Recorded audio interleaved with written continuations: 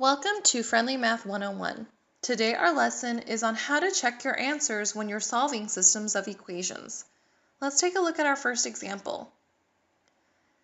If you're given a system of equations and let's say you solve it and get the answer 2, 1, your solution represents two things. It represents where the two lines would intersect on a graph, and it also represents what point, when we substitute it in, will make a true statement for both equations.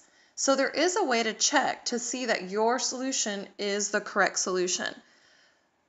This 2 represents our x value, and the y represents our y value. We're going to substitute 2 and 1 in for our x and our y value. Let's start with the first equation. 3 times 2 is 6, 1 times 1 is 1, 6 plus 1 is 7, and 7 does equal 7, so that is a true statement. But we have to see if it works in the second equation as well. So 2, substitute in 2, minus 3, substitute in 1, 2 times 2 is 4, and then here 3 times 1 is 3, 4 minus 3 is 1. So 1 does equal 1, and that is a true statement, which means our solution of 2, 1 is the correct solution. Now let's take a look at what it would look like if our solution was not correct. So again, we have a system of equations, we have a potential solution, and we're going to substitute this point in for both equations. So 4 times negative 1 plus 5 times 2 is equal to 6. So we have 4 times negative 1 is negative 4, 5 times 2 is 10, we get 6 equals 6, and that is a true statement.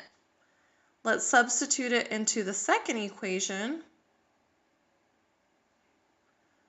We have 3 times negative 1 is negative 3, 2 times 2 is 4, so negative 3 minus 4 is negative 7.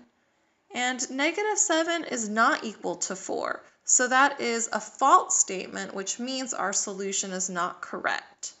So a lot of the times, your possible solution will create a true statement in the first equation, but will not work in the second equation, and a solution needs to work in both equations.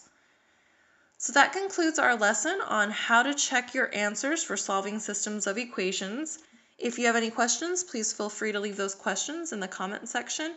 And for more math tutorials, subscribe to our channel, Friendly Math 101.